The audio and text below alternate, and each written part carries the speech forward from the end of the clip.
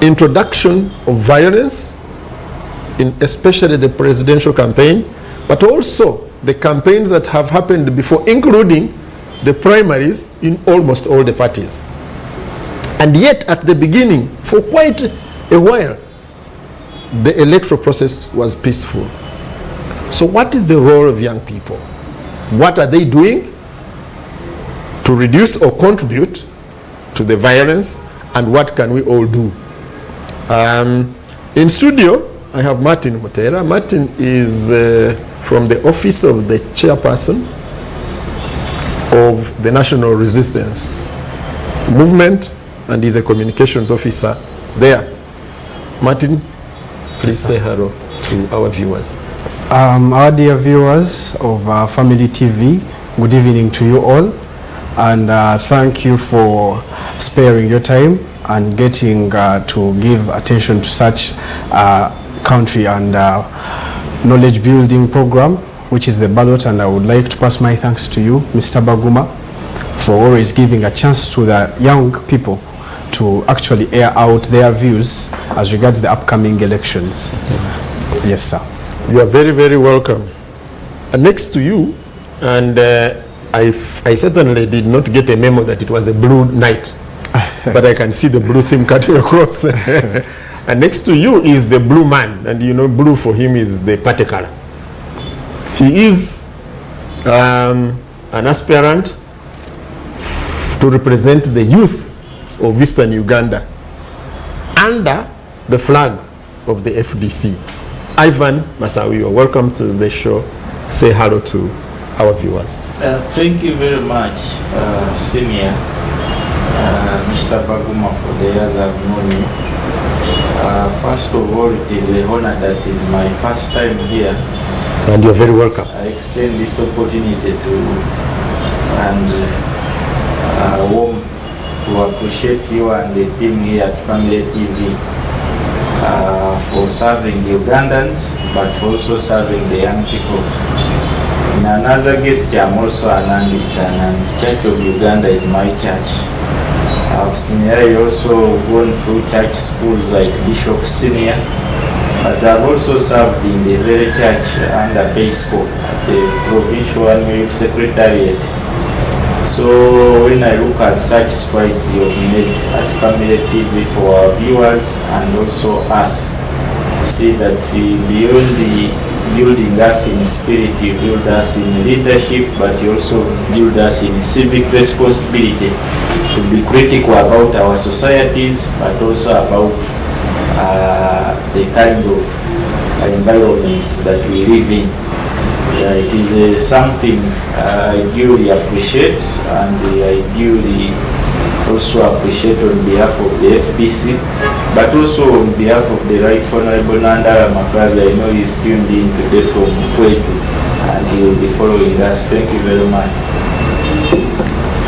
You're most welcome, both gentlemen. We expect a lady to join us. We hope she was on the way to balance the boat.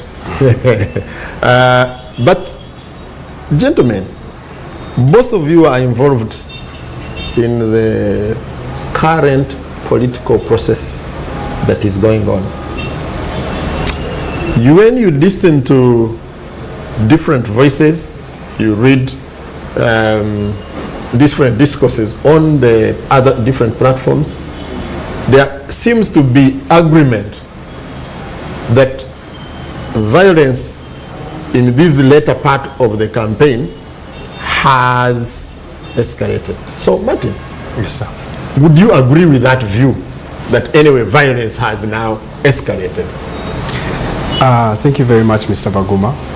And the view that violence has escalated, I wouldn't say I would agree straight away, but what I would advocate for is that the young people, as we are heading to the 2026 national elections, let us not only support our candidates, but also protect our country. How do we protect our country? Campaign violence only sets us backwards. It only destroys the small that we have, the small that we have attained, because we see with this violence, a lot of jobs are lost, lives, and in such situations, even opportunities that would have been utilized by those that are even taking part in this violence. So I want us to know that stability is not only a political slogan, but actually a lifeline that we should protect and actually save for us to prosper as a country. Yes, and I would want to let you know that regardless of which political affiliation you subscribe to, regardless of what political party you're supporting, be it NRM, be it NOP, be it FDC, let us not forget the one thing, and that is that elections come and go, but Uganda is actually permanent. In such a view, I would want to let the young people know that our role in these elections is not actually to cause violence, no, but let us not actually leave these politicians to manipulate the young ones into doing what they don't want to actually appear to do, in such a way that regardless of what you want or what the political affiliate wants or what the political aspirant wants, let us be able to think for ourselves, let's be able to see what's going to take us forward as a country. Let the youth not be used as ambassadors of chaos, but actually people who are going to bring stability to this country. So our role, as I had mentioned before, our role in these elections is to protect the stability that's already here, resist this manipulation, and make sure that our future is actually labeled with politics that uplifts, not destroys. Martin? Yes, sir.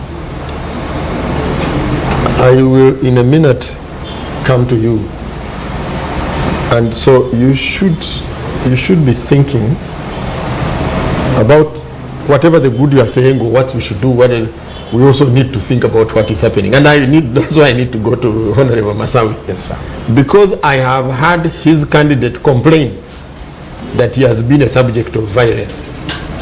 Honorable Masawi, is there increasing violence? I don't know how to say increasing violence, because violence has existed in all our elections for the 63 years. It has increased by wide magnitudes. Unfortunately, General Museveni has also been there for the 63 years of independence. He's one of the only lucky candidates to have observed all elections. So it means he's the only one who has transitioned the violence for the last 63 years. Because he has had the chance to stop violence in election. He has had the chance to ensure a peaceful transition of power. And he has had the chance to see that Uganda can always have free and fair elections. But like you questioned me, the debate is around the role of young people. First of all, I need us as Ugandans to agree that in Uganda, a young person who is responsible to participate in an election is only supposed to be 18 years of age. And during voters' update, you're only supposed to be 16 years and 300 days, because they know in a year's time you may clock the required mandatory 18 years to be an adult in the law. So, in Uganda, you know, violence is not just, violence is witnessed and felt. Like standing in Uganda and saying there is no violence, yet personally I can speak from my own experience. On the 28th November, I was having a meeting with delegates in Mbale, and on my way via Iganga, I witnessed a 28-year-old, the very people I'm supposed to represent, who had been shot in Iganga at the rally of the NUP candidate, the Honorable Chagulanyi. Just today morning, we woke up to sudden news of a 16-year-old in Gulu who was part of the beating, the rain beating in Gulu on Ugandans. and this is a country we want to pretend there is no violence. I think we have systematic violence and regime violence. The biggest issue we should discuss is that if, as the young people, what is our role in countering campaign violence? You said there are two types of violence. They are systematic, but there are also those that are regime. For example, regime violence, even in the NRM primaries, was there. Someone lost life in Rwemiyaga. That is regime. It never needed the opposition for people to die in NRM primaries. Systematic violence is wherever color you will come with, they will beat you. And they have really proved to be experts. When you are an opposition candidate and the presidential candidate, you sign to the very rules and guidelines of campaigns. Even when you broke those guidelines, I don't think the punishment should be so that big with too much anger that people should die. I can blame the candidate, but when you look at our security forces, unfortunately we are discussing this topic, and today was the International Human Rights Day across the entire world. In Uganda, we are marking the International Human Rights Day in between an election. We are beating on a daily, and it is also unlucky that the biggest covering of beating is around presidential candidates. There are MPs in certain areas in Uganda who people can't even eat food because of fear of being beaten, fear of poisoning and all that. So the challenges that young people we are facing are not that we are short of laws that recognize how best the rights of young people. First of all, we have a full chapter in the Constitution, chapter 4, that stipulates the rights of every Ugandan in such a state. Sustainable goals exist, 16 and 17 speak of rights. The Universal Declaration of Human Rights, I think Article 21 is there. African Charter of Democracy, Uganda is a treaty to all this. Article 8 too. They are all exist to give young people a right to be center in participating in their governance. Young people are not in these elections by mistake or by accident. They are participating in this election because they have a civic responsibility. But they are participating by being violent. I don't know why when young people are beaten, To be violent. it depends on where you sit. If I'm supporting my candidate and security landed on me to beat me, and then you're calling me being violent, I don't know why you believe that before these people were born, President Museveni was not beating their parents. You've been here. In 2001, I don't think most of these young people who are being beaten today were even born. I'm saying the ones who are beating, and today young people, Now, I think categorize them as security. and they are not young. You know, when you're security, whether you're young or old, you have a national responsibility of protecting and serving the citizens, but you also have rights. I think what we need to get the young people to understand that also the men in uniform have rights, equally like any other Ugandan, and they also need to respect their rights. But I could go by your question is that because 70% of this country are young people below the age of 30 years, but I can tell you there are certain vices that have been here and they were brought by elders. We were not here in 1980. And we are going to come to that. But you have made several allegations, if I may call them, against the Martin's side. They are saying they are beating, they are what? His chairman is the one who has brought violence, and he's the one who has participated wrongest. So I want to give Martin also an opportunity. Chance to rebut. Yeah, to respond to this. Maybe he will agree that his chairman is the violent one and all of you don't throw stones. Martin. Thank you, Mr. Baguma. So, like, you're really able to spot that out, that there has been pointing of fingers, saying that It's the ruling party or it's the government that's causing this violence. But I would like to bring it to your notice that it always takes two to tango. Yes?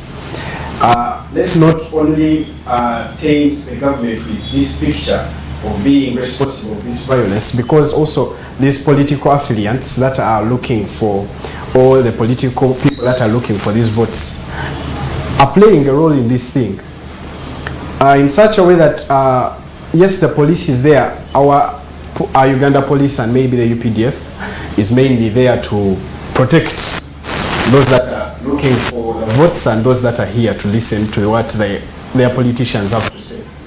But this police that's there, like, he has been able to actually also mention it that let's not only look at the rights that are being actually violated of those people that are there, but also those of the security organizations, because they're also people. But what I would want to urge is that we are labeling the youth as people, or people that are causing this violence. Yes, but I want to look at these other political people that are actually also playing a role in such a way that me as a person, I would suggest that they should also try to mitigate the occurrences of these instances, like we saw in Gulu, because it's now becoming maybe a trend that whenever we're having elections, violence should be there. We saw some of the media saying that people are bored. Yes, there is no violence and all that. But no, let's not look at this as a trend. Yes, let's actually, the youth should actually play a big role in maintaining this peace. Instead of being agents of chaos, let us be ambassadors of peace. In such a way that these people are going to come and talk to you, telling you to retaliate.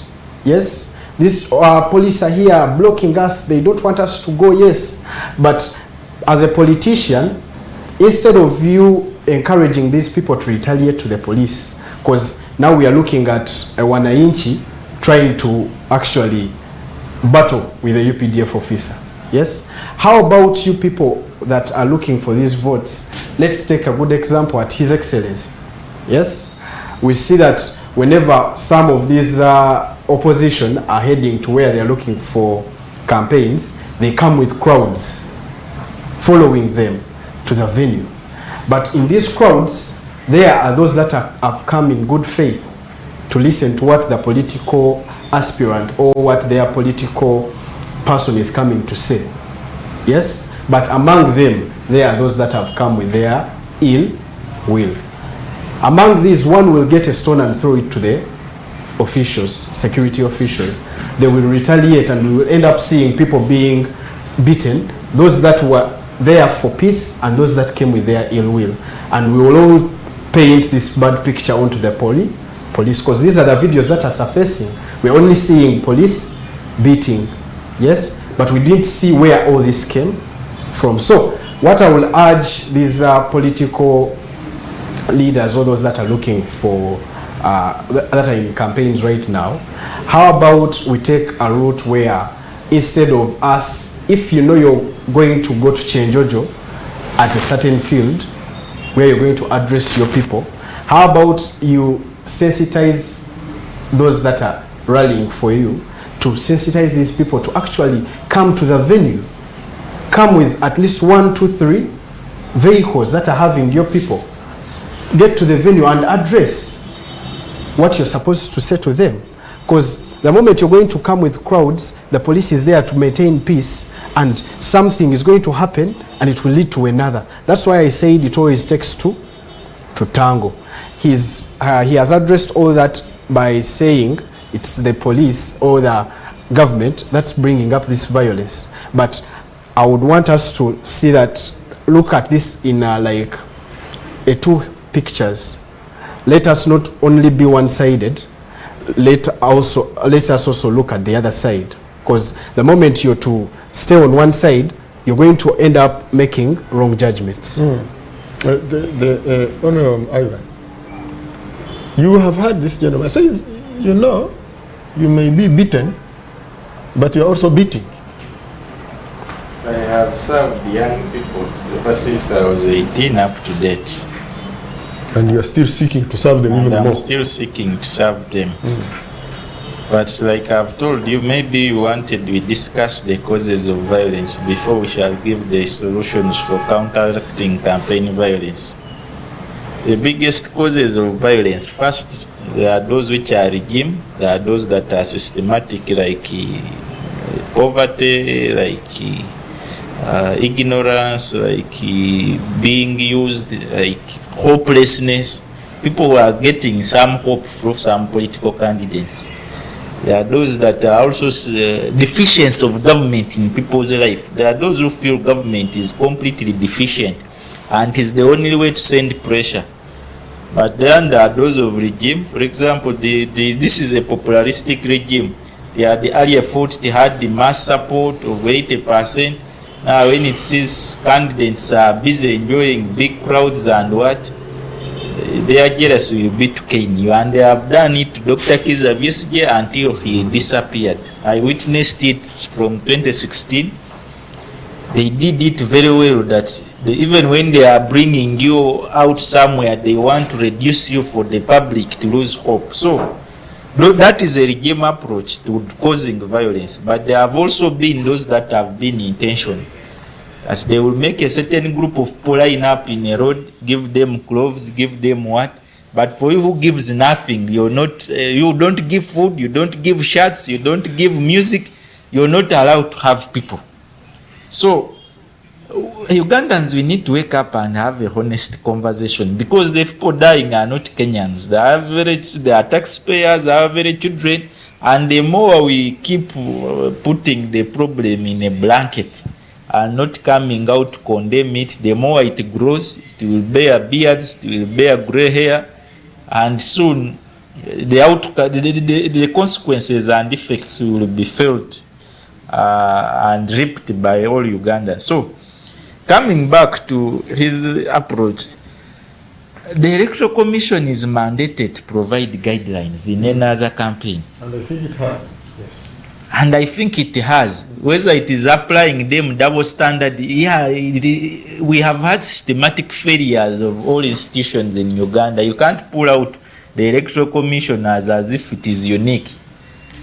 Sometimes, when I saw their letter, for example, on the beating of people in Igulu, you would really see, you would think police is an opposition institution. Because I would expect the Uganda Police and the Electoral Commission to be coherent when seeing that they are advocating for a safe space. Because they are responsible for the... Accept it, refuse it as a presidential candidate, you're a property of Uganda Police and the Electoral Commission. You're not only a property to your family and Uganda, but you're now seeking public office. You're a property to both police and... But when you see that even them in their addresses, they go public. I listened to the IGP last time.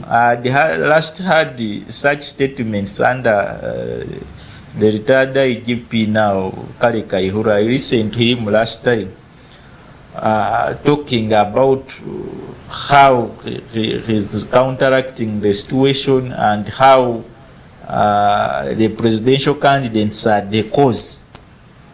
Really, it was alarming that an IGP in a country like Uganda, today people are highly learned, and when you choose to ashame yourself, I think you also ashame government by accident. But this country today, even when you go and you also have friends like in Nairobi, when you go there for studies, there is a way they see you as dramatic that Ugandans you learn, but professionalism in only communication is still lacking. It's very dangerous. At least you can take responsibility of a problem, but address it professionally. We all know the role of where the military should play in elections and the police, but when they exceed their boundaries. When I was in... All these are young people. Okay, being young doesn't make you foolish. And being young should not make you not understand what is right and wrong. But they are playing this role. Yes? Yes. Okay, but the role is well justified in the Constitution, how it should be played. The Parliamentary Act, this Cap 117 stipulates guidelines for parliamentary, and the Presidential Act 2005 stipulates guidelines for which a president should take in conducting campaigns. Electoral Commission in Article 60, 61 and 63 of the Constitution is well given the mandate by Ugandans. The people who were in the CA, because they had not witnessed the multi-party system, thought that things would go the movement way. Unfortunately, today, things have not gone as easy as people expected life to be easy. I've told you part of the reason this violence is there is because people are popularistic. They want to be seen that they are the only saviors of Uganda. Without them, as a country shall go nowhere. I never want to give them another comparison to anywhere else, but like you've asked me, we were discussing the causes. Causes we all have, whether you're a parent, whether you're not a parent, whether you're a young person, we all have a role in ensuring a peaceful election. Yeah, but that is a given. But you see, Mr. Baguma, I can tell, even if Mr. Museveni was unopposed, they would beat Ugandans. I'm very sure, even if he was unopposed in this election, they would be beating those who don't want to go to welcome him. So, Mutera Martin, you people are so violent that even when you're unopposed, you beat Ugandans. He has never been to an election where there was no beating. Do you think he would call it an election? My fellow colleague Ivan. So all these are what I would call hearsay.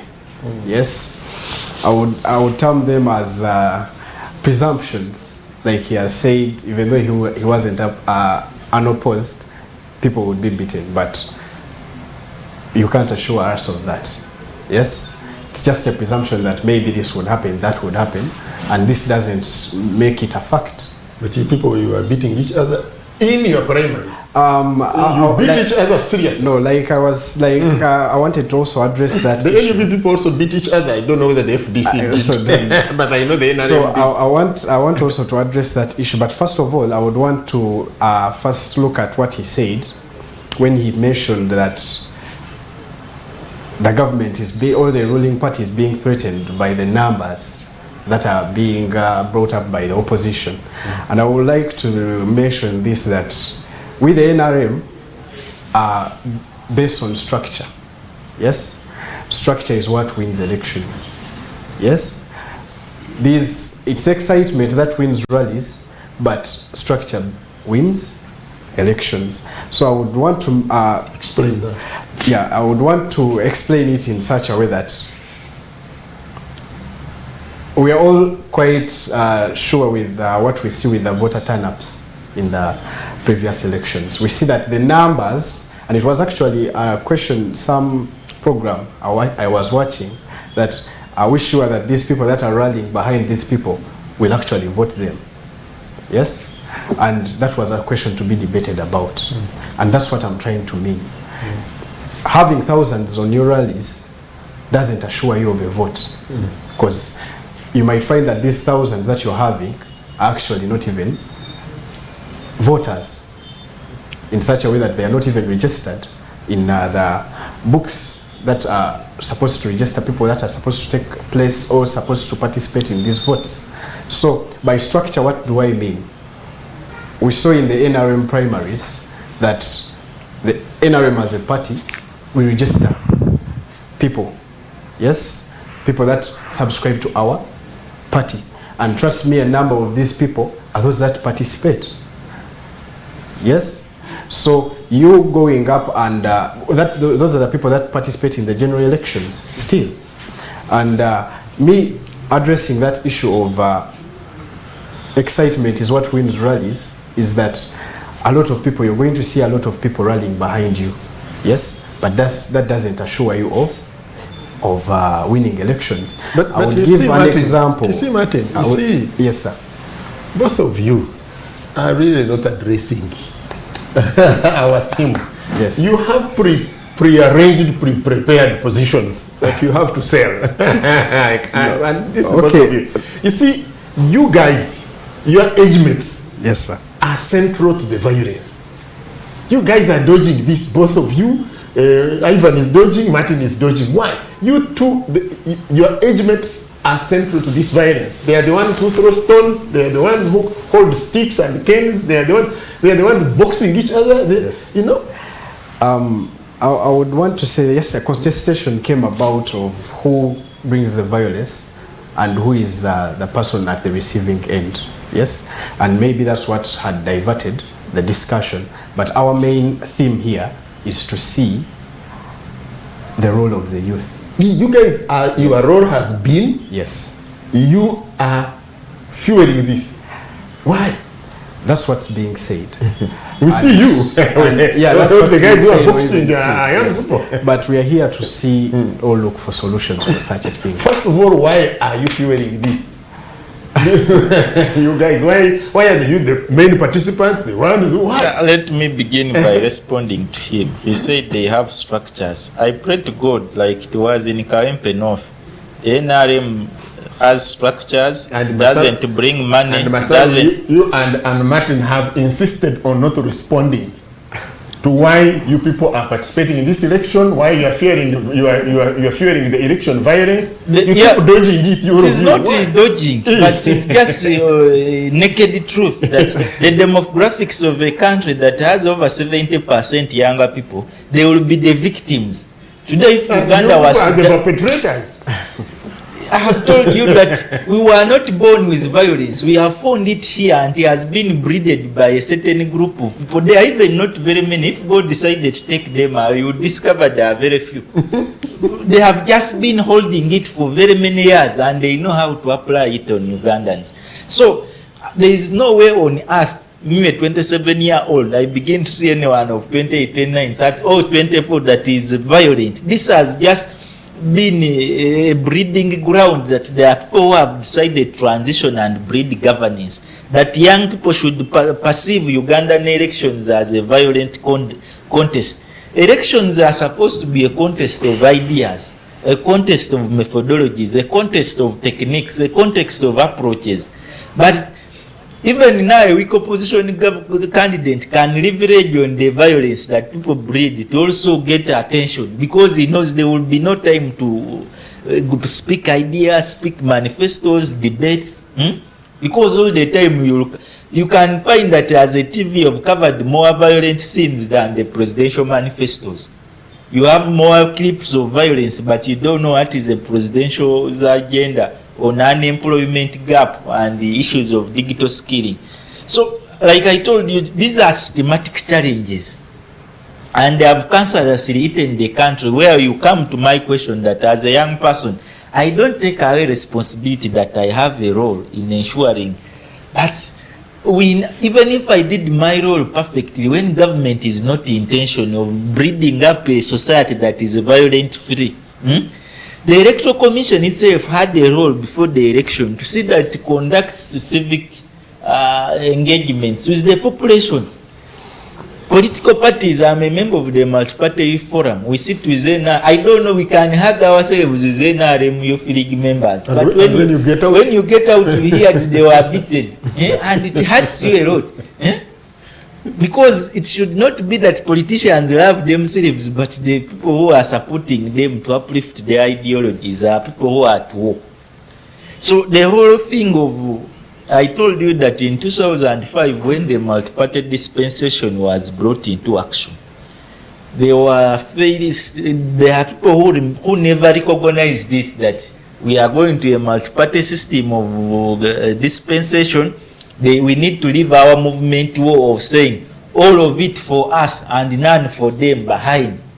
We were supposed to now know that we are going to a state of seeing that there are going to be checks and balances, but we shall be systematic as a government, be proud of an opposition that challenges us and comes up with alternatives that can add to what we have done. We remained with people who had a movement approach but pretending to be in a multi-party dispensation. And this is why it's even in the opposition today, we have opposition leaders who are also wanting to be bigger than their political parties. Because they also now believe to compete with the other person, you also have to overstay, you also have to be overpowerful, you have to be authoritarian, you have to be autocratic. as young people, the examples they are receiving is also, you can't give what you don't have. And what if you have been fed on posh, why do they expect you to produce rice? No, you see, Martin, so you guys have been feeding us on violence. You guys have nurtured us to be violent. You guys are equipping us to be violent. And so all of you, you'll find Martin tomorrow holding a stick as if he's handing cows. You know? Sir, so the only way I would want to address this issue of the role the youth are the role the youth are playing in these elections, or why are they participating in this violence that we are going on to see or even hear about. The young people, first of all, we are looking at these people who term themselves as the Gen Zs, right? The Gen Zs who are actually educated, mind you. Yes? These people that are educated but lack what to do. Should I say jobs? Yes? People that have attained degrees but are out there, not employed or even not being utilized, not utilizing their skills. Yes? I want to divert from his assumption that it's the NRM that has been, you know, breeding this violence. But it's the NRM that has come up to actually try to fight it. How? We have seen our president establishing different ventures or even different institutions to skill the young people. Yes? And by skilling them is equipping them with knowledge to sustain themselves. Yes? To earn a living. And trust me, a person that is employed, a person that is running his or her shop somewhere, somehow, won't have the time to get out and go participate in this, what we are seeing. Yes? A person that has an obligation to fulfill at certain office won't come out to do what we are seeing. Yes? So the NRM has gone ahead to actually afford these people with the capital. I'm giving you avenues through which the party has actually, or the government has actually been able to fight or try to fight what's going on right now. Although, of course, we won't be a perfect 100%, there will be loopholes somewhere, somehow. That's with the corruption that we are seeing around, yes, and maybe some injustices that are happening. Let's look at the bigger picture. Paint for us the bigger picture. Yes. That makes you become violent or not. Now, the bigger picture that I'm talking about is this. Like I mentioned before, it's because of this unemployment that's surging, people that are lacking what to do, that are coming up to cause what we are seeing. And the bigger picture I want us to look at is the way this has been curbed. Yes? How this violence has been tried, like how the government has tried to at least reduce. Because there is no way I would say that it has completely done away with the violence, because we are seeing it. But we have seen avenues that have tried to advocate for a reduction in this violence, or the instances of violence that are taking place. And this is through skilling, yes, and actually empowering the youth to actually be able to start up their own sources of income and try to make themselves busy, because an idle mind is the devil's workshop. Okay. Yes? So what I would want to make clear is this. Except from what he was saying, that this government has breeded violence, but this government has tried to curb down this violence through avenues of creating employment for people.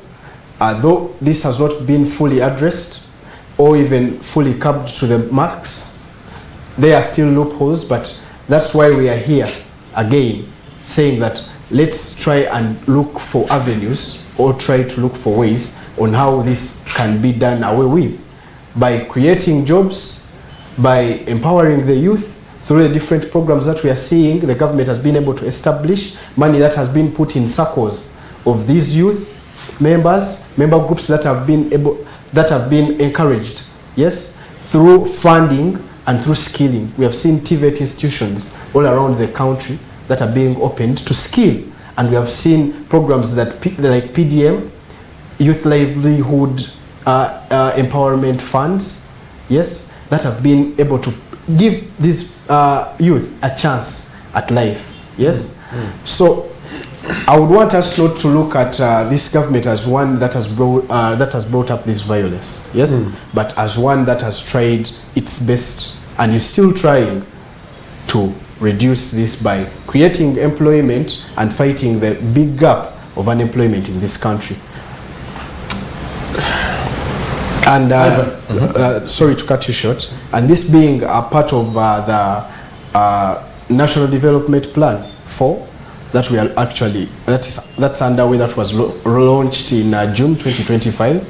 This is one of its objectives, creating employment and ensuring that this gap is reduced. Thank you very much. Ivan, this guy says you guys are getting money, you are getting jobs, you are just they have not bred any violence. In fact, they have fought to take away violence. You guys seem not to be appreciative, and you're just like throwing stones.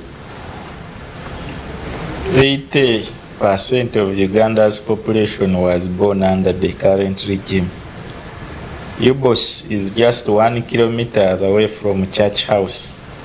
And in the Ubos statistics of 2024, like he has clearly stated, 5.5 million youth of the 10.5 who are between 18 to 30 were not in education, employment, or training.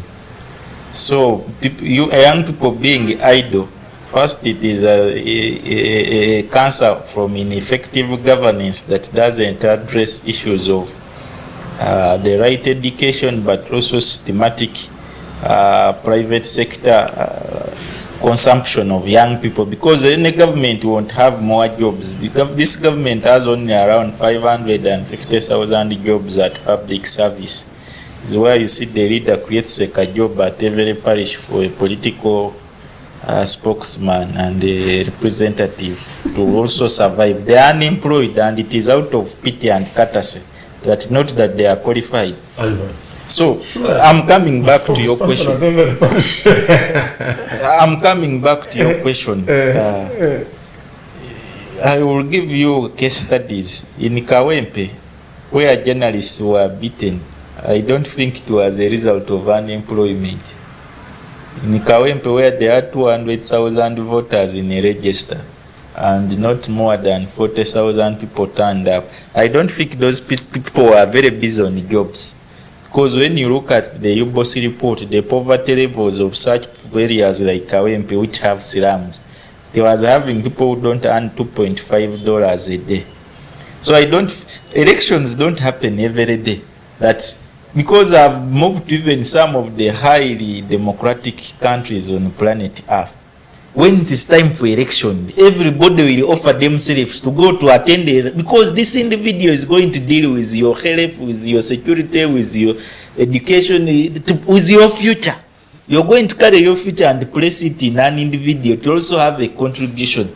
So when you said that if I created the skilling hub for children to be maybe doing tailoring, and on the day of voting, they should be busy and not go to support and you know what, plan programs, the president, an MP, even a councillor, a basic councillor, even LC1 chairman is responsible for your life. If he doesn't put a stamp on your recommendation somewhere, even a bank, you may not get a loan.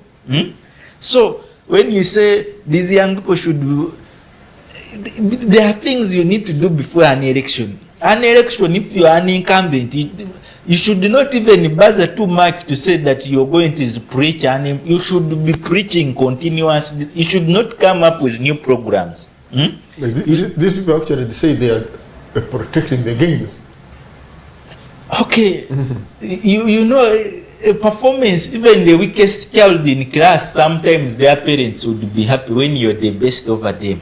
Everybody knows to them what they feel they have won. In life, people win differently. For you, where you see that I was in an engineering class where I get A and I'm happy, there is someone who is happy with a 50. So if they are protecting their 50, you don't need to say they have a problem. That is their standard. In life, they are ever mediocres and people shoot for high potential, and it will never go away with that. Eh? There is someone who is comfortable that is poor and he can protect poverty. But there is you who is every day waking up at 5 to hit the road because you know it is not your status. Yeah, and so there are those ones, we are going to go for a break. There are those ones now, it seems, who are protecting violence. And No, they are largely young people. No, it is not that it is wrong. NRM doesn't have what. There are also systematic achievements they have achieved.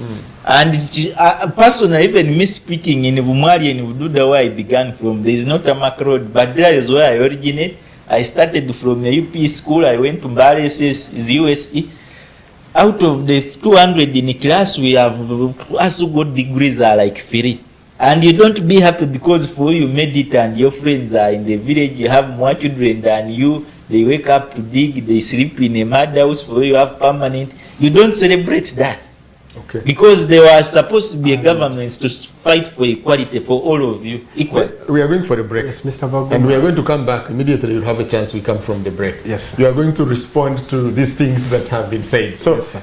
our viewers, don't go away. We still have Martin here. Martin is communications officer in the office of the chairperson of the NRM, the national chairman. And then we have the aspiring MP for Eastern Uganda for Youth under the FDC flag, Ivan Masawi. Don't go away. When we come back, we keep, interrogating why these young people are going to throw stones, why they are the ones holding sticks and beating each other, why are they participating and seeming to take lead in the violence that seems to be escalating in the current elections.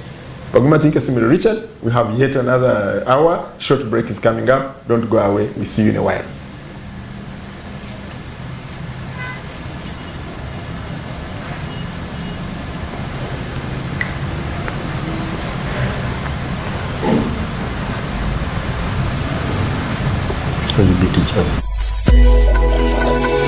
Family TV, enriching lives.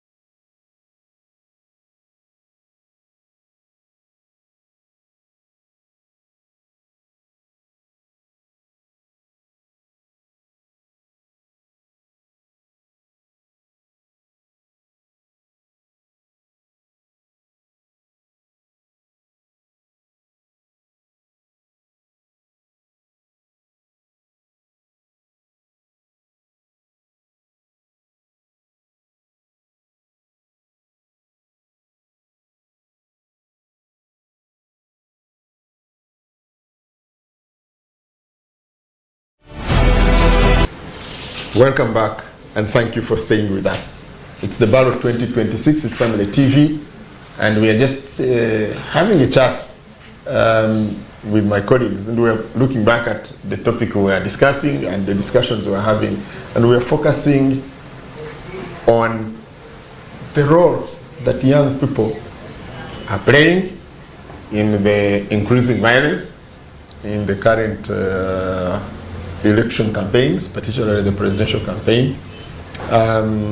We are discussing, first of all, why, but then we are going to get into the period now of also discussing what can we do.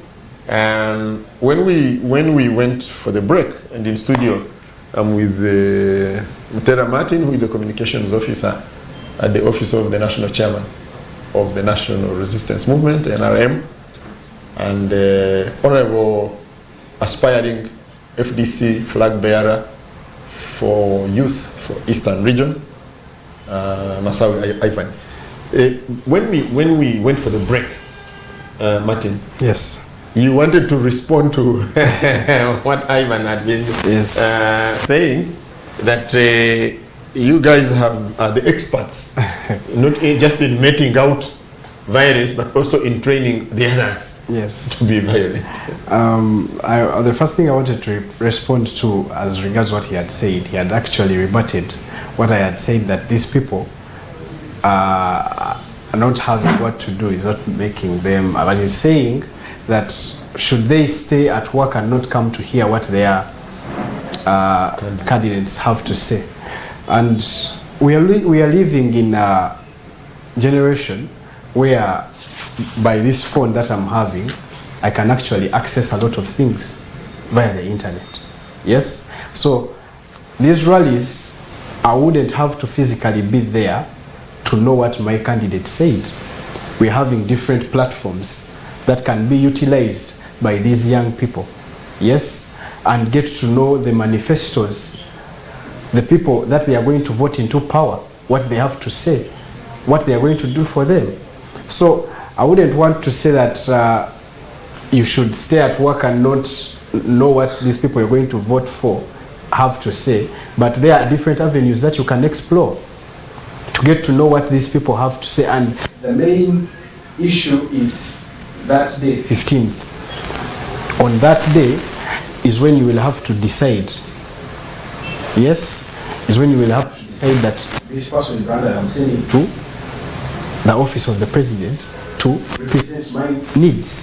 Yes? But prior to that, there are different ways you can get to know, because via X, it's a platform, via TikTok, you can get to know what happened in these rallies without even physically being there, even participating. So I wouldn't want to say that they should not actually give their attention to their political people or to their candidates, but look for better avenues of listening to them.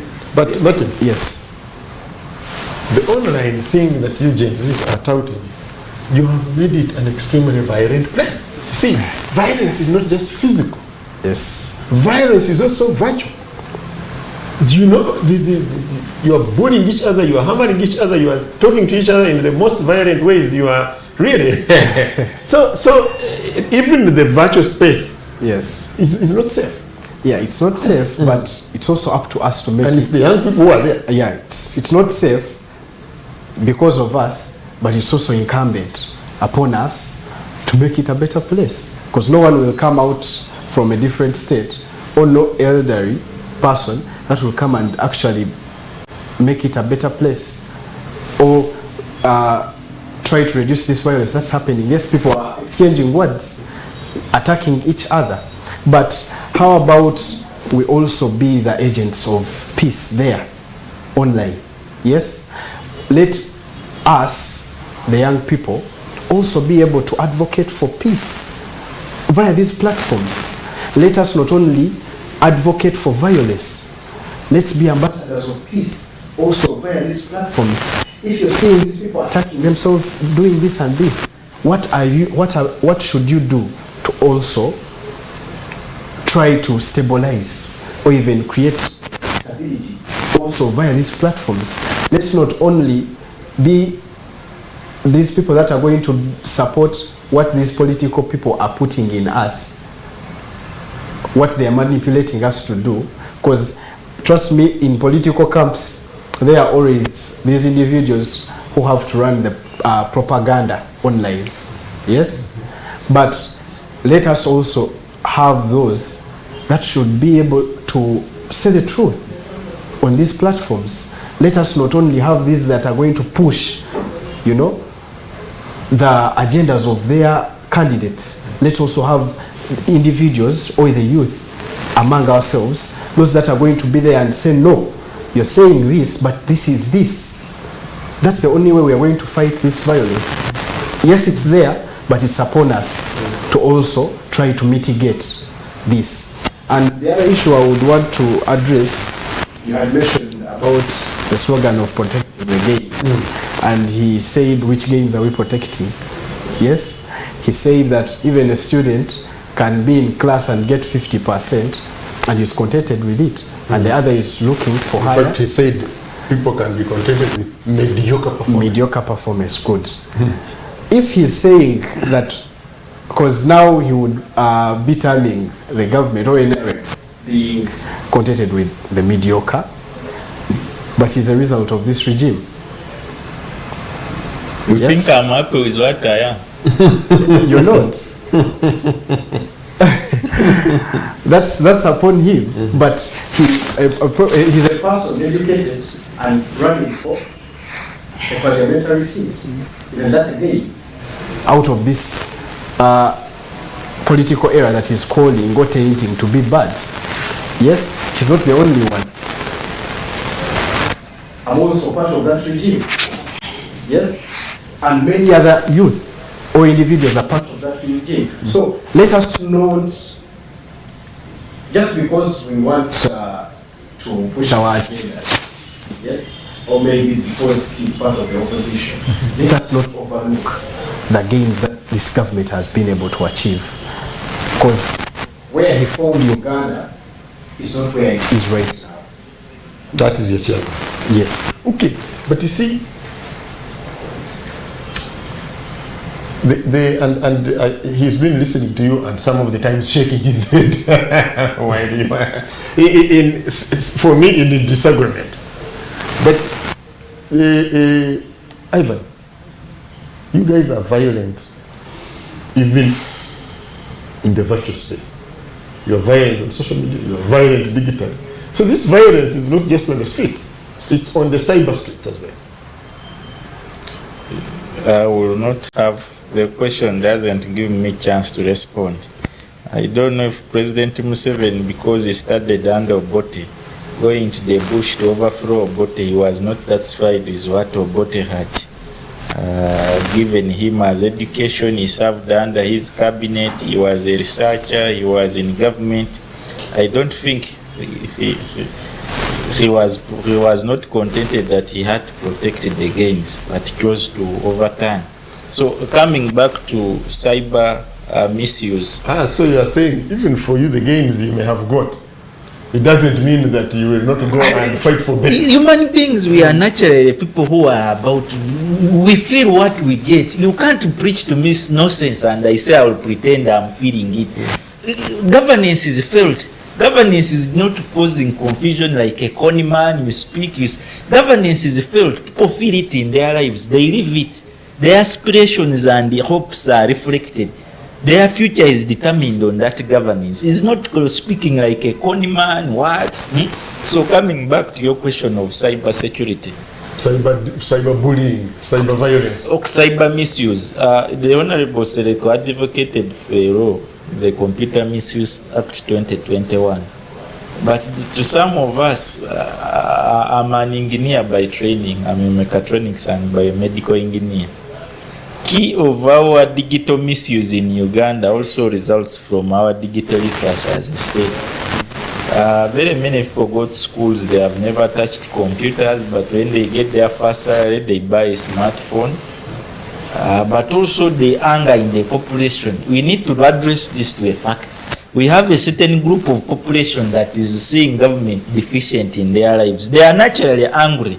And the mental health issues we are having in this country need to be addressed both by governance, and because governance is health, governance is conduct, but also by parenting.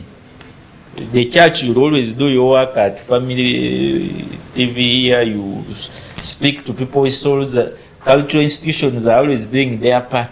But I can tell you governance should be more central in seeing that all this has a interlinking effect on the population. So the most of the young people, I don't know, who are seen as being violent, because there is one candidate, for example, the Honorable Chagwan is the strongest candidate on social media. And because they have it as a tool to show their dissatisfaction, the other person who feels is in their comfort zone will see them as misusing it. Right, they are misusing it at some level, but it is not that all are misusing it. Even if there was no opposition candidate in this election, they would be misused and they would be caning of Ugandans. You can't tell me that the misuse is only when we have elections. So part of the issues of misuse can be corrected first, literacy, both to the parents. We should accept Uganda. We are transitioning from a country where people are transitioning from button phones, from houses of no power. There are people who have seen power in their homes in the first time in the last 10 years. Yes, they are also close to over 60% of the population. There are those who are not connected. There are those who are touching a smartphone, just like the entire world has. The smartphone is still on you. Oh yeah. They need to be educated, and that calls for our education to be revised to fit issues of digital literacy and how the tools can be best used for communication, but also for seeing that whatever you communicate is security responsive, but also ethical communication. So, like I have told you that the misuse of cyber misuse is because of a population field. Why aren't we seeing these young people post the Koima Stadium, post the good roads? What? Yeah, why? Yeah, because if things are really good, they would spend much, they would post what is much. For society doesn't speak of what is in short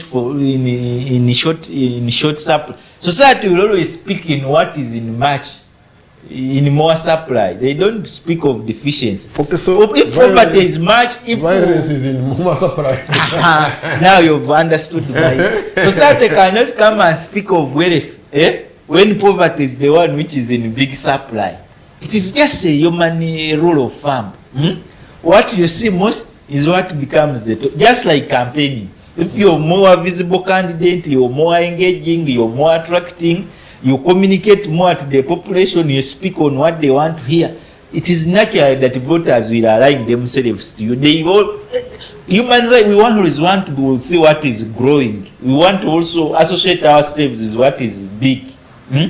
So there is no accident that whatever you see being posted is as a result because there are no good things. Just that the bad things are outweighing the good. Is why they don't give the good things of the regime attention. But they are also there, I believe. Martin. And you actually know they are there. Martin. Yes. This man says you have served us a menu of so bad things that the whole Gen Z group is tending towards the negative, which is the violence.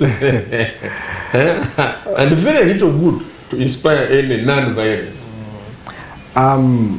Like he has said, people are actually airing out more violence than actually the good things that are happening in this country. He gave an example of the Hoima Stadium that has newly been accomplished, and he has talked about the ongoing election.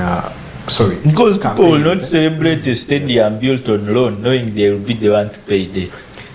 It is just common sense. You can't commit suffering in the future which you have brought forward today. Yes, and like he's saying, if it was that, then we shouldn't celebrate anything. Yes? If he's saying we can't celebrate a stadium that has been built on loan, then why would we have to celebrate an airport? Yes? Because we see all these funds coming in as loans, but these loans are being catered for. Yes? Through taxes. Yes? Though these taxes are also got from these individuals, but which country doesn't tax? Which country doesn't get loans? You understand? To facilitate different infrastructures in their countries. None. So let's not taint that bad picture of why would we celebrate, meaning we shouldn't get we shouldn't actually build these things because we don't have the money, or we shouldn't build these things, also we shouldn't build these things because we can't get the money. We can, and we will build, and we will refund, because that's how economies work. Yes? Because you can't, like he's saying, I want to, okay, divert back to our main issue of seeing these young people being violent on social media and all that. Digital violence. Digital violence, yes. Like I said, I'll agree to disagree that this is happening. What are you disagreeing with? That there is no digital violence? No, I will agree that it is there, yes, but I would want to object by saying it is there caused by us, yes, and we are the only people that can actually deal with this thing. How? Through avenues, different avenues, like utilizing these platforms to actually advocate for peace and stability instead of promoting the violence. Although he's saying it's the order of the day, you understand? They are preaching what they are saying, yes? But if that was the case, then I think we should be already at war. But it's not. If it's violence we are seeing every day, this country wouldn't be in the state we are in. Yes. But what I would want to say is, let's acknowledge that this violence is there, but also try to find avenues to mitigate it, regardless of our political affiliations, being opposition or being the government. Yes? Let's all try, because this is our Uganda, regardless. Regardless of being in the opposition or being in the government, we are still responsible for what happens. Yes? Let us not be a regime that's going to be remembered for chaos. Let us be a regime that's going to be remembered for ensuring that Uganda had a stable and peaceful future. Yeah. Ivan, we agree. We seem to agree, you know. The violence is there. The youth are playing a role. Where do we go from here? What do we do? I always don't want to rush to practical things like electoral reforms, because I've seen some legislators say that the electoral reforms will be the regulator to seeing that some of the electoral violence is absorbed out of the system. Even without electoral reforms, there was no law that stipulated inviting the army to elections, because the participant in an election, he only believes in the army. The army has always found itself, even without being invited by the law, at the center of elections, caning people in Guru, breaking people's backs, at the center of causing fear, terrorism, of raining canes on Ugandans. So I've always not found that Uganda has been short of good laws or policy. I think Uganda has been short of good Christians. So are you saying we should preach all over the country? We should preach Christianity. What do we do? I've used the word Christians because we are not on a Muslim station, so I can't speak Arabic. I need to speak what they understand best. Yeah. The whole issue of saying that the reform and we need to have a dialogue in this country between the oppressed and the oppressing class, to see between those who are pro-violence and those who are non-violence, comes around our intentions as all actors. The state should get to a position of knowing that they need to listen. Whenever there is a bishop who did one time state that civilization is always in danger when those who have never learned to obey are given the right to command. It has become so familiar in Uganda that people who have never learned to be obedient are the ones who command. We need to get to a position where we have lost too much of brotherhood. We all believe elections are a platform for competition. But competition which rules are violated by a group arms itself more than the rest. A group goes to a school. I'm a OB of Mbale. I speak out of what I witnessed. They went and carried all students, dressed them in very big shirts which are like dresses, put them on a playground on a hot day, and were not allowing them to leave the ground until their flag bearer has come. But is that true? It is true, and I will not need to defend this because anybody listening from Berer knows the truth, and we have had a very big contest. And the president came out to also condemn people who are carrying students to rallies to get to appeasing big organic crowds. At least he acknowledged it, and he actually said no to it. So, if we have candidates who cook crowds to look popular, those are very weak candidates, really. To be honest, they are ineffective to be in this era competing in an election. Does that? Yes? No one is doing that. For you believe no one, good enough you're in the media. If you believe, me I've told you from whatever is in this election is what we all feel. You can't tell me to speak what no one is doing when me I'm seeing them. But who is doing that? Sure. I've told you the NRM candidate in Bali, Ferid, senior one kids in t-shirts. You can go on social media, you'll even see them singing the Bobby after the rally, going back to school. This is a school I also attended. I'm not speaking that I've landed in this country today evening. I've been in this country and I know what it means by an election of a popularistic candidate and other candidates. Ugandans, if we are all still pretending that things are good when they are not good, the cost we are going to pay is going to be equal. Okay, so now. So, we wanted solutions. Yes, what do we do? Because we agree. We seem all to agree. There's violence, young people are playing the part, not only them, even you, from what you say, or even the adults are playing the part. Okay, let's agree. And then we all agree, if we don't stop the violence, we'll be in trouble. Yes. So then what do we do? Whatever was put for us by the CA, term limits, age limits, were eaten up by selfish individuals. Now, what we are left with is to have a peaceful election, or a peaceful transition of power, is having an election where God should intervene.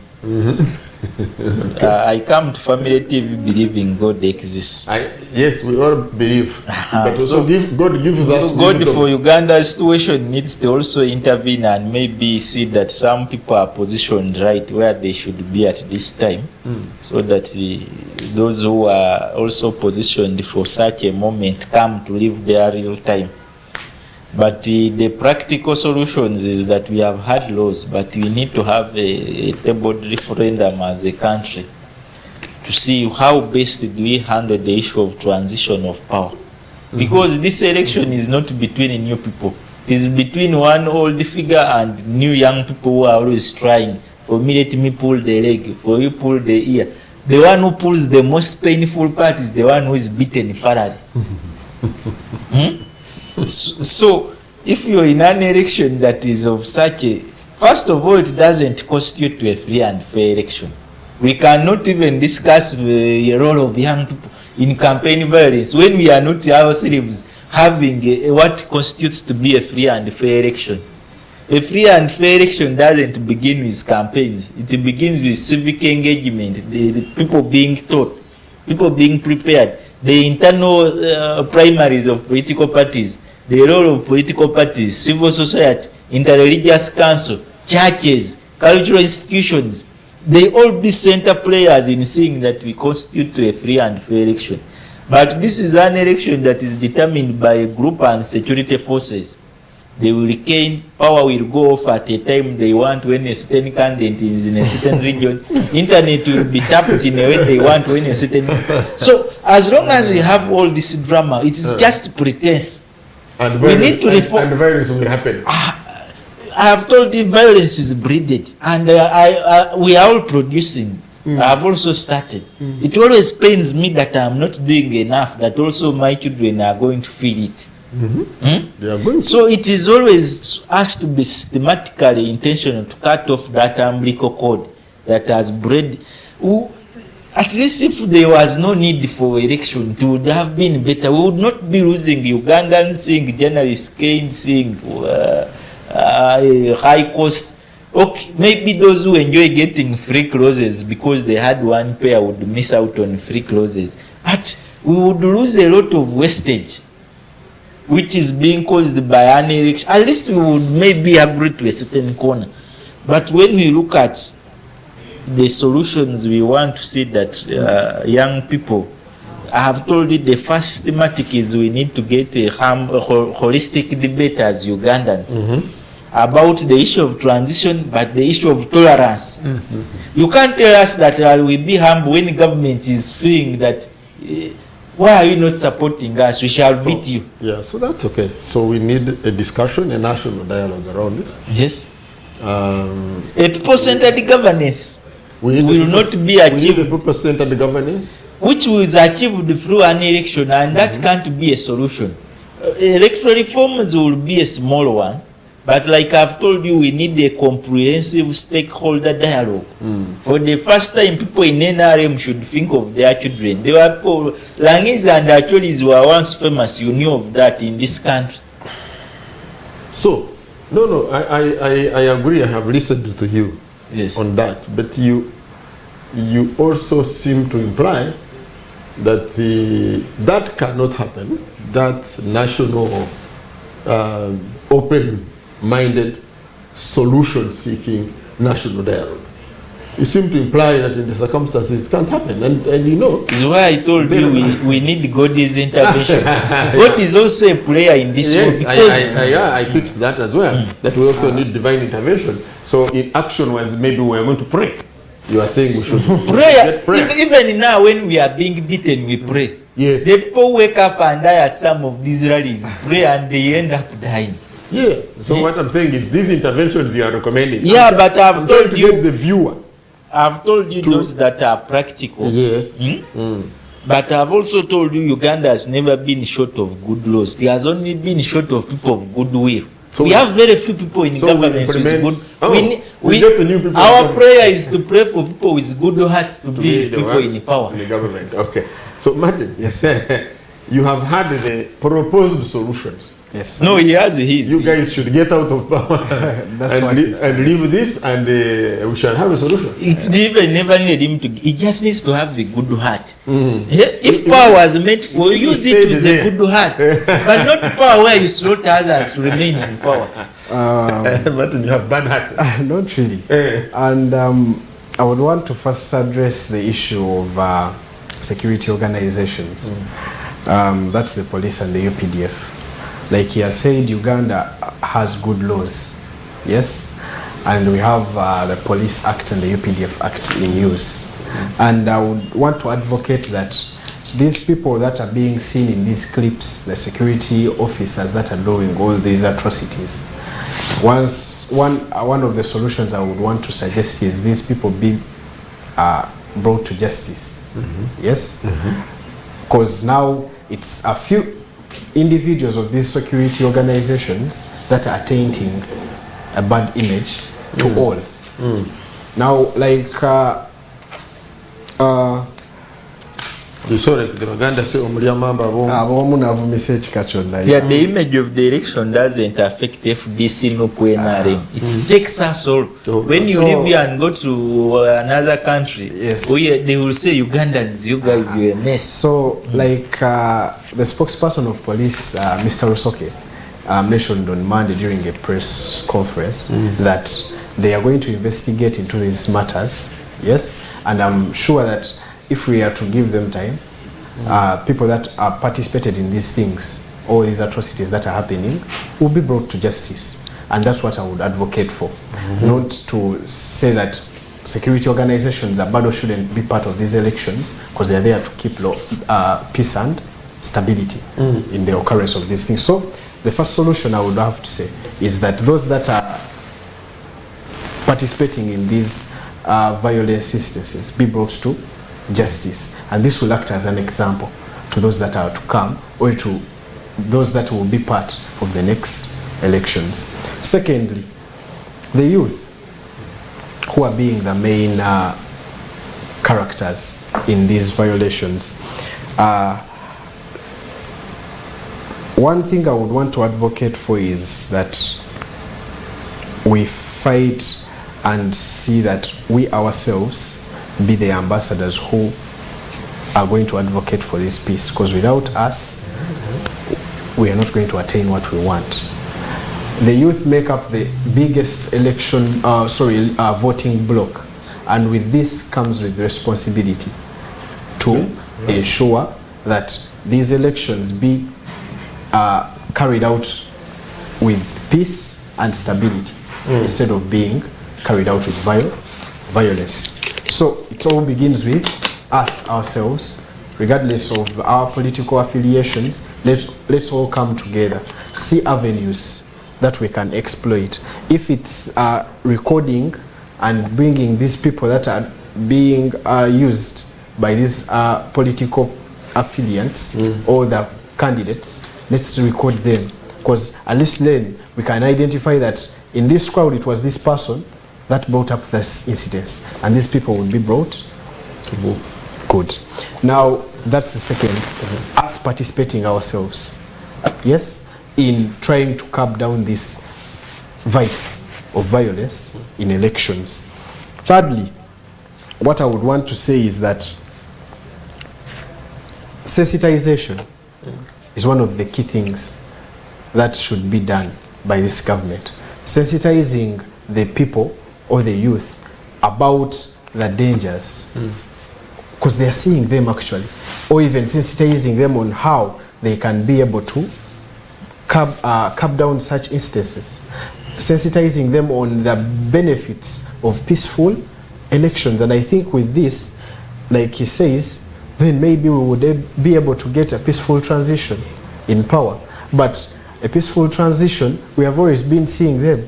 Elections are happening, people are voting, yes, and His Excellency is being brought to power. At least we are seeing people participating. Yeah, but you see, I think it was in another show here, yes, where the contestation was this transition from Mr. Yoweri Museveni to Mr. Yoweri Kaguta Museveni to Mr. Yoweri Museveni Kaguta Wahuru. There has been we have had that contestation. It was in another show. So peaceful handover. See, that would wait for handover. But now this is before we even go to the ballot, to the vote. We are beating each other. It's young people who are championing or taking lead on this, and so for the stakeholders, for their what do I do? Me, who has been holding a stick and going and lashing another, what do I need to do? Now, me, what I would say, what would I have to do, me as a young person who has been actually being part, is that most of these people are being manipulated by these candidates. Yes, we have seen one of these opposition candidates who said, actually on TV, and clips have been going around, that let's go back. He actually said it in Uganda. Today on Gaba Yekera, tuyekere tulabe ng'omusajja ono tumujja muki tumujja mu buyinza. Now we are seeing these candidates actually being the ones that are manipulating the youth into acting like this. So the thing I would advise the young people is to resist such manipulation. There is no young person's life that's worth an election.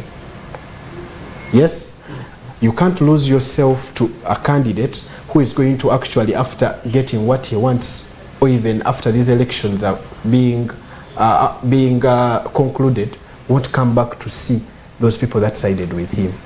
So let us resist this manipulation, be it on the side of the opposition or on the side of the government by the political candidates.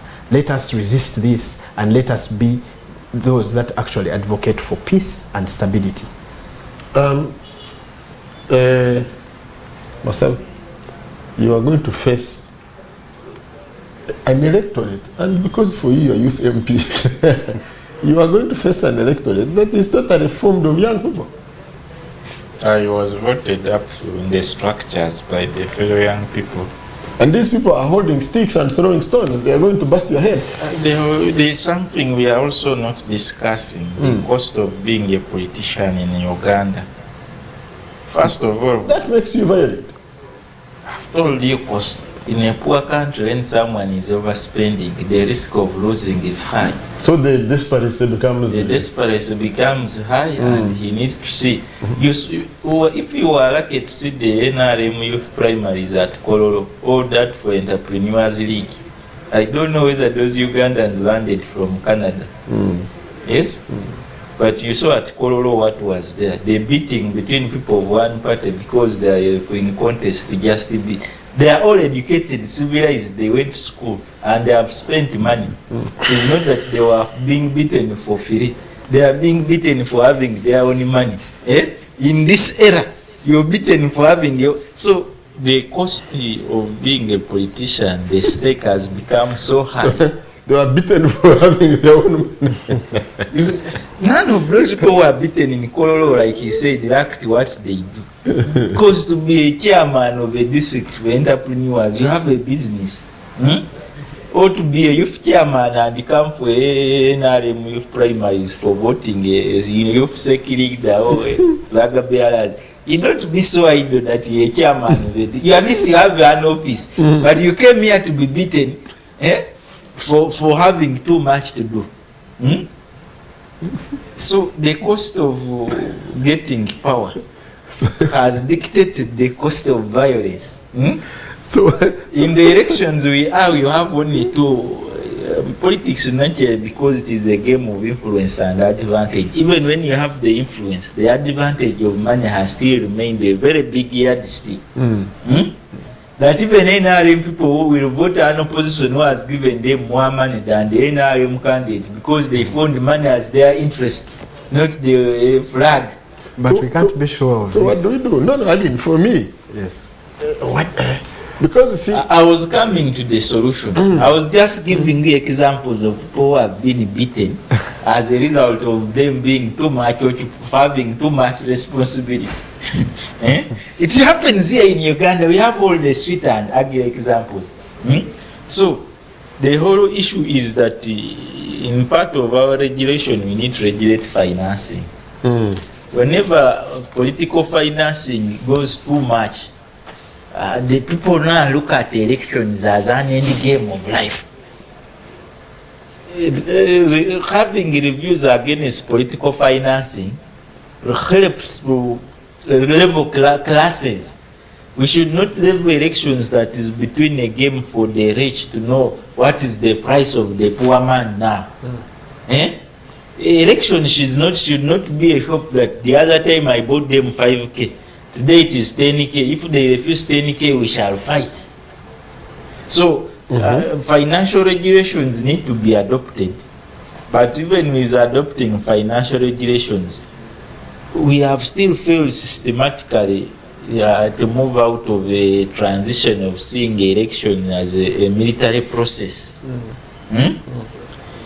Part of the way of seeing a military elections as a military process doesn't mean suspension of forces, Forces just need to know their role, the role of uniform in an election. But some people, even saturating some clips and what, have accused of the security agencies of being part of this violence or, protecting. Them giving tracks to ferry NRM people at rallies and what. You know, this country is just experiencing its first time to have more educated people than it has ever had. So some should act stupid because they're experiencing some of these few things for the first time. Some are excited. We are having families which are getting a public servant for the first time in their clan history. Some mistakes, we need to accept them. Okay. But we should not accept them that we are immune from doing wrong. We should, as lessons to improve.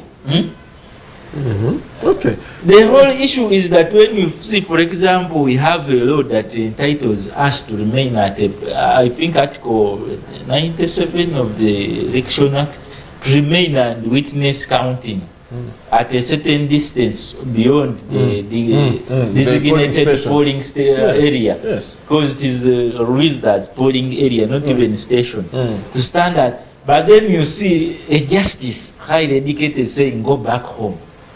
The contradictions you cause in the population sometimes it causes anger on government, that how did government employ someone who is not consistent?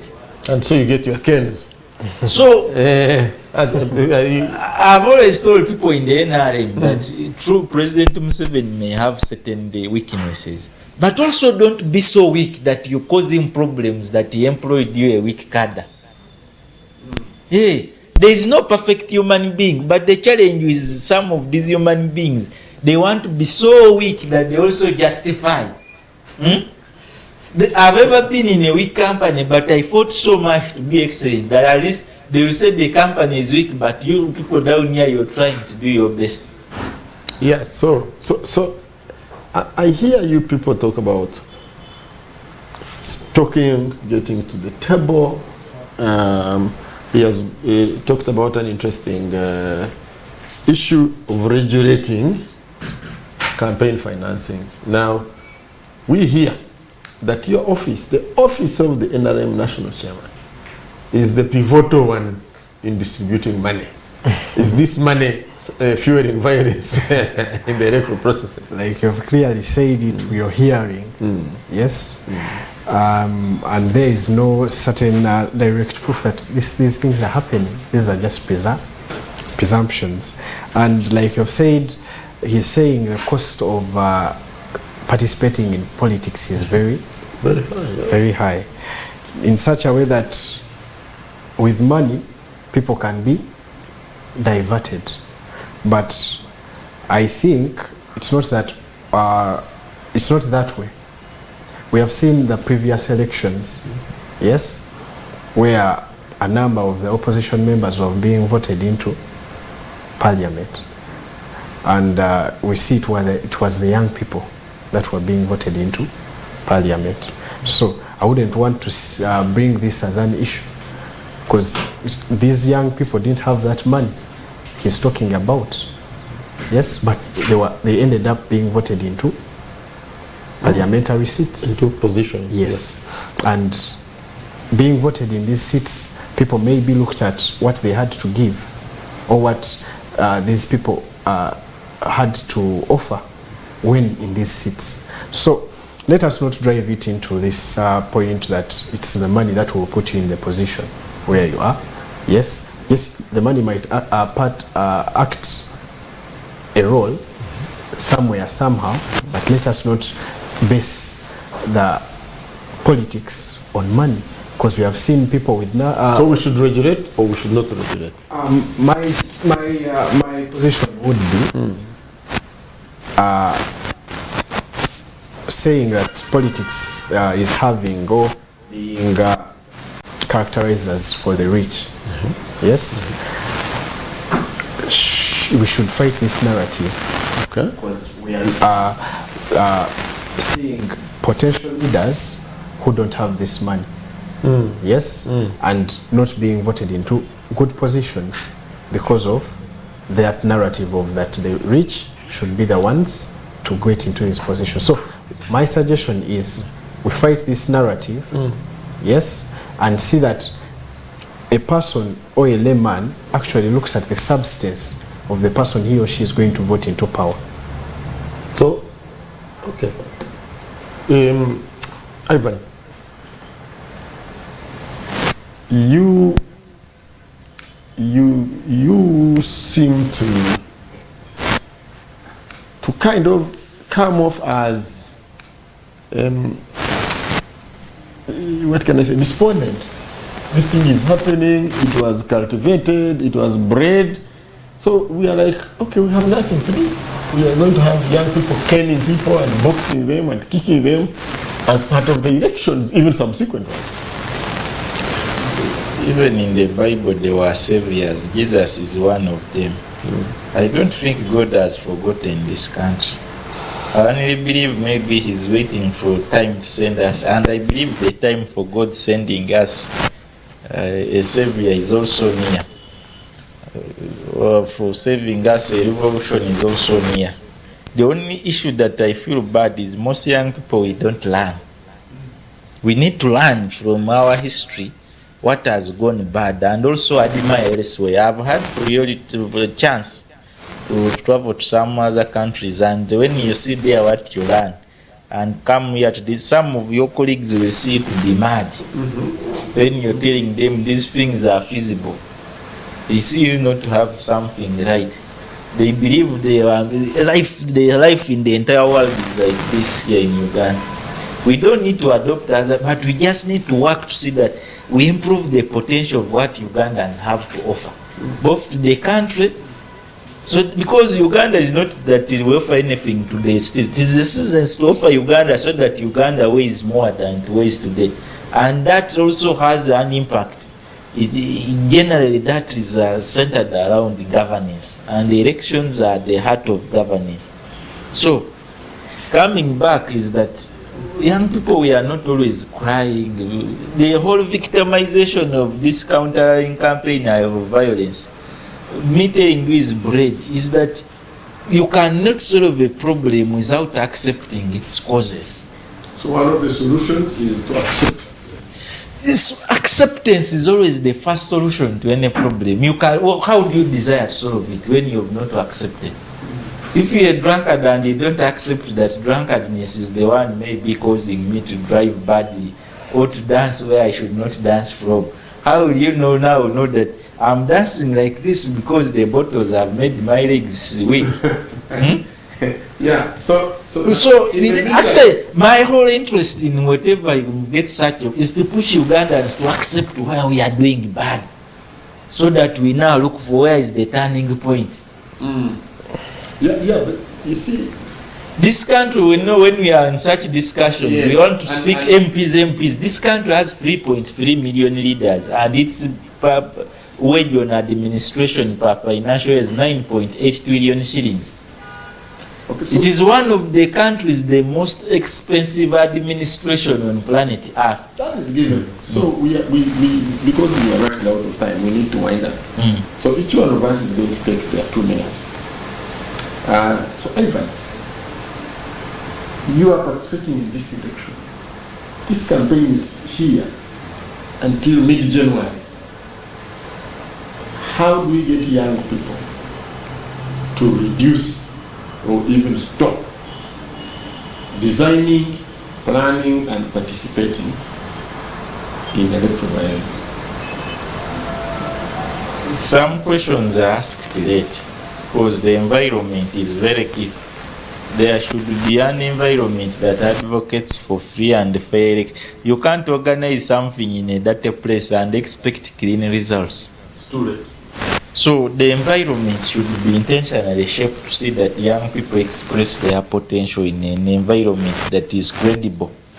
But if it was an exam, there are basic answers. For example, you can say during campaigns where you're going to do civic responsibility of creating a critical mass of young people to know their roles and respect. That may be late. But the whole issue is that we just need as leaders to be intentional about seeing that we move into this election safeguarding the voters, whether it is little, every leader should have a responsibility of safeguarding the, whether you win or lose. I always don't want to only communicate winners, even you lose with people alive. Yeah? It should be a responsibility of all of us Ugandans, because today you may be in that position, but if God had positioned you in the other illiterate, it would be you being used to be. So it should be intentional for all of us to come out and condemn violence. It should be intentional for security forces and the population to get a point of understanding, tolerance. A presidential candidate is in an election. He has to contact with people, not trees, not roads with banana plantations. Campaigns are to people, not long villages with trees. This popularistic of one party wanting to be seen, it is everything. It is sick, it is barbaric, it is ancient, it is outdated. You, because you can feel jealous that how comes these people have been there for them and they are now going away from me. We are human beings, we get jealous. I don't want you to say that these people are so white. They even refer to themselves as Bakwes, which means they are more African than some of us. So we need a systematic intervention of reconciliation as participators in an election, see that we all uniformly advocate for a peaceful, free and fair election, safeguarding Ugandans. Thank you very much. So you are safeguarding and protecting your gains. Your last 2 minutes. Yes. And the question is similar. What I would have to say as the main thing that we would have to look at is I would encourage the youth to utilize the avenues that have been created by the government instead of us wasting time participating in this violence. I would advocate that the youth take part in these avenues that have been created by the government. By these avenues I mean the different skilling opportunities, the different capital-based opportunities that have been created by this government. May we utilize these to see how we also benefit, because we don't gain anything in participating in violence, but we actually lose a lot. Yes, opportunities have been created. Let us utilize them. Let us go ahead and also preach peace instead of preaching violence via these social media platforms and all that. Like our key topic today is our role. Let our role change. Let it creating violence to actually being agents of peace, and in such a way that these avenues have been created in different organizations, ministries. The Ministry of it's the Ministry of Gender, Labor and Social Works. Yes. And social development. Yes. I had the privilege to caucus with the permanent secretary, Mr. Agri, and one of its objectives is to empower the youth. Yes. So I would urge these government organizations to do their job. Yes. And through this, we will be able to curb the gap of unemployment, and by fighting unemployment, we will be able to encourage the youth to actually take part in these elections, but peacefully, without violence. Thank you so much. And we come to the end of the show tonight. I want to thank you so much, starting with the viewers who have been with us. The viewers also must have been debating somewhere, somehow. Yes, and thinking, what do we do? I want to thank you, Ivan, and I want to wish you luck. Thank you. FDC parliamentary flag bearer. Thank you for very much. the MP position of Youth for Eastern Uganda. And thank you so much for coming to the program and sharing your perspectives. I want to thank you very much, Martin. Yes, sir. From the Office of the National Chairperson of the National Resistance Movement as the Communications Officer. Thank you for being with us. And since you're youth, just don't hold those sticks. Don't throw those stones. But also go and mobilize everyone else. I think the largest part of the population in this country, who are you in your age mates, And really clearly from what we have been seeing, who are not very shy participants in the violence that's been happening, we wish that this happening does not just reduce, but stops. That we go back to the quote-unquote boring campaign time, and we can finish, but we have peace now and beyond. Baguma, I think Richard is my name. I thank you for joining us. The Ballot 2026 comes your way every Wednesday from 9 p.m. We will be here with you, inshallah, again next Wednesday, speaking about this very critical issue, your national duty, your responsibility as a citizen to see that you take part in the election, observe the campaigns, take part in the campaigns, no violence, and please go cast your vote, because this is what we are giving to the people who are going to represent us. This is what the power, we are giving them our power, and we have to exercise this seriously and judiciously. Have a good night and keep tuned in. Thank you guys. Welcome.